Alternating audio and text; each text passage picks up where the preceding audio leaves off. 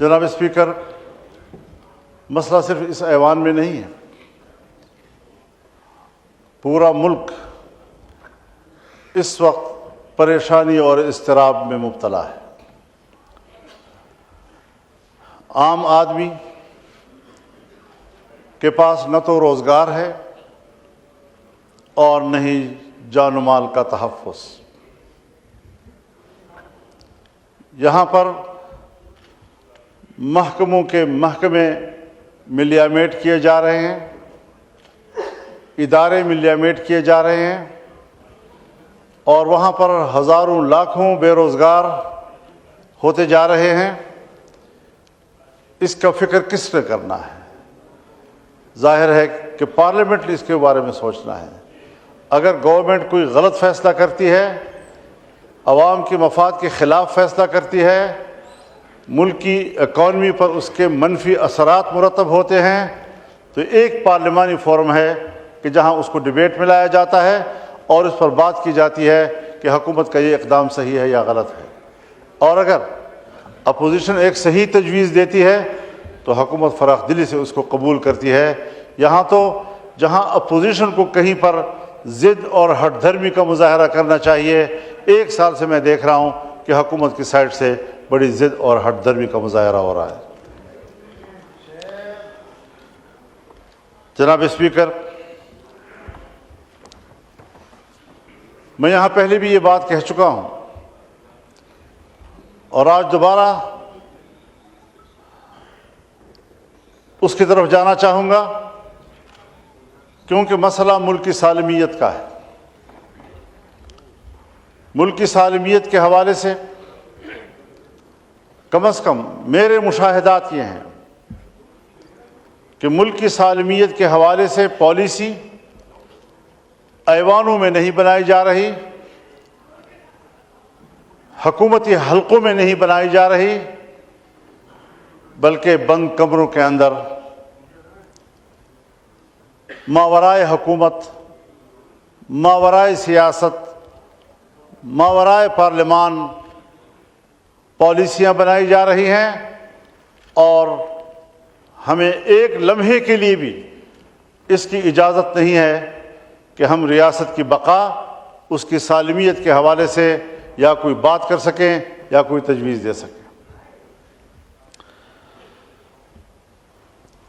خیبر پختونخوا اور بلوچستان کی صورتحال اب کسی سے پوشیدہ نہیں رہی ہے۔ ہم ان کے خلاف لڑ رہے ہیں، مسلح گروہوں کے خلاف جنگ لڑ رہے ہیں۔ جناب اسپیکر، ایوان بیٹھا ہوا ہے، ہم سب پاکستانی ہیں،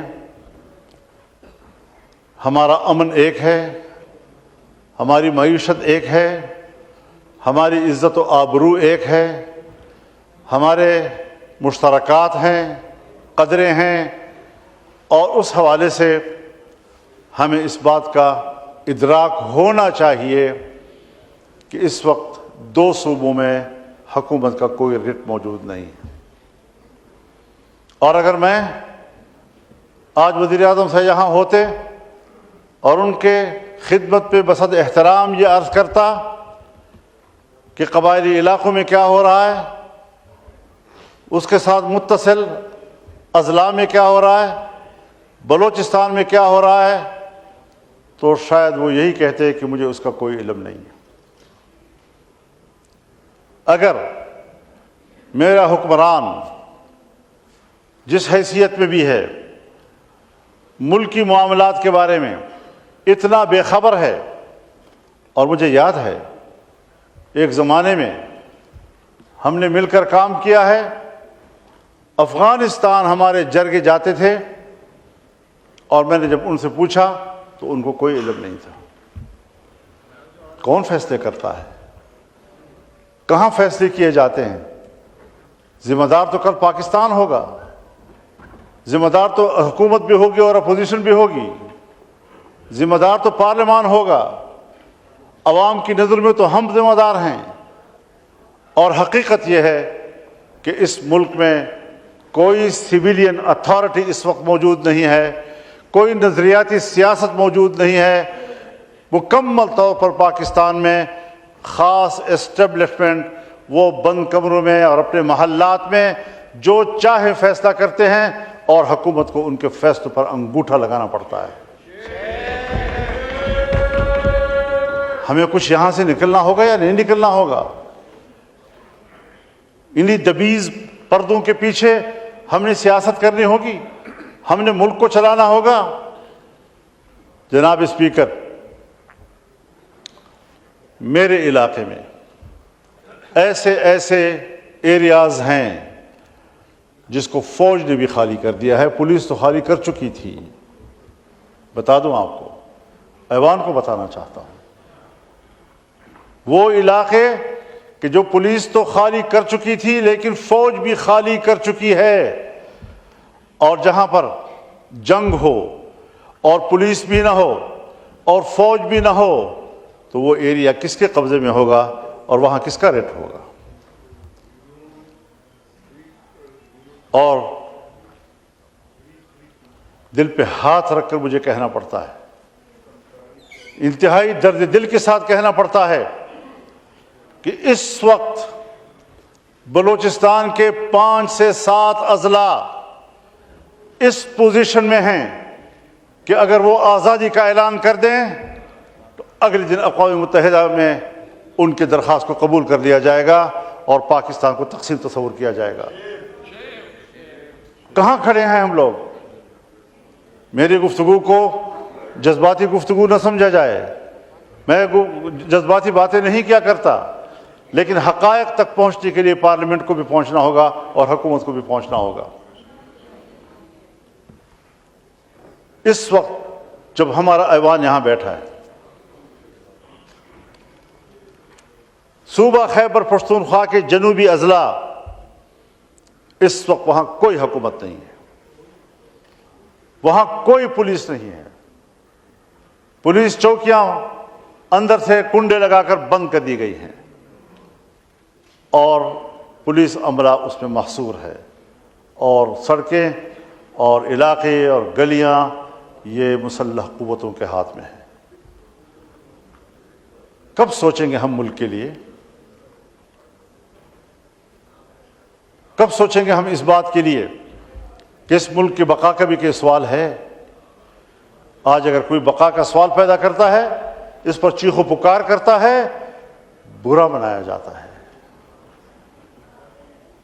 اللہ رب العزت بھی چیخ چیخ کر بولنے کو پسند نہیں کرتا، لیکن مظلوم کی چیخ و پکار کو اللہ بھی سننے کے لیے تیار ہے۔ لا يحب اللہ الجہر بالسوء من القول الا من ظلم۔ کوئی شخص بھی اونچی آواز اور چیختے آواز کے ساتھ بات کرے اللہ کو پسند نہیں ہے، سوائے اس آدمی کے جس پر ظلم ہو رہا ہے، جس کے ساتھ زیادتی ہو رہی ہے، جو مضطرب ہے، جو پریشان ہے۔ اور یہاں قانون سازیاں کی جا رہی ہیں۔ پہلے ریاست کو تو مضبوط کرو، پہلے اپنے ریٹ کو تو مضبوط کرو۔ قانون آتا ہے، پاس ہوتی ہی پورے ملک میں نافذ العمل ہوگا، پورا ملک آپ کے ہاتھ میں ہوگا تو نافذ العمل ہوگا۔ آپ قانون بنا رہے ہیں، کس کے لیے بنا رہے ہیں؟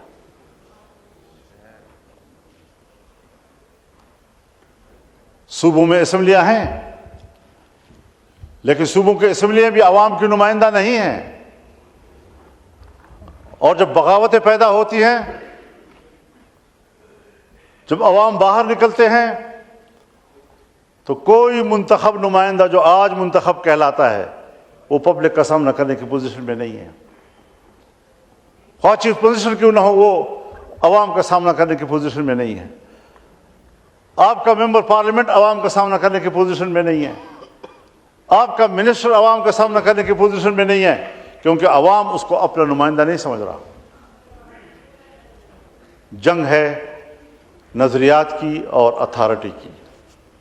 سیاست میں جنگ نظریات کی نظریات کے ساتھ ہوتی ہے، تھیوریز کی تھیوریز کے ساتھ ہوتی ہے۔ لیکن ایک طرف ہم ہیں جو بات کرتے ہیں نظریات کی، سوچ اور فکر کی، لیکن دوسری طرف صرف اتھارٹی کو اپنے ہاتھ میں لینے کی سیاست ہو رہی ہے۔ اس کے علاوہ کوئی نظریہ موجود نہیں ہے.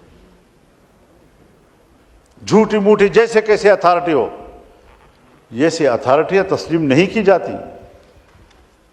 اگر میں نے 2018 کے الیکشن کے نتیجے میں پارلیمان کو تسلیم نہیں کیا تھا تو میں 2024 کے الیکشن کے نتیجے میں بھی پارلیمان کو عوام کا نمائندہ تسلیم نہیں کر رہا ہوں. اور آپ ہیں کہ ہماری اس چیخ و پکار کو غیر سنجیدہ لے رہے ہیں. یہ غیر سنجیدہ گفتگو نہیں ہے، یہ بہت بڑی بات ہے جو ہم کر رہے ہیں. کسی سطح پر اس کا نوٹس نہیں لیا جا رہا، اور نتیجہ کیا نکلے گا کہ جس طرح بنگال نہیں رہا، آج کوئی ایک اور پر ہم سے ٹوٹ جائے گا، کہیں کہ اور بازو ہم سے ٹوٹ جائے گا. کیا کسی وقت ہم نے اس بات کی فکر کی ہے؟ جناب اسپیکر،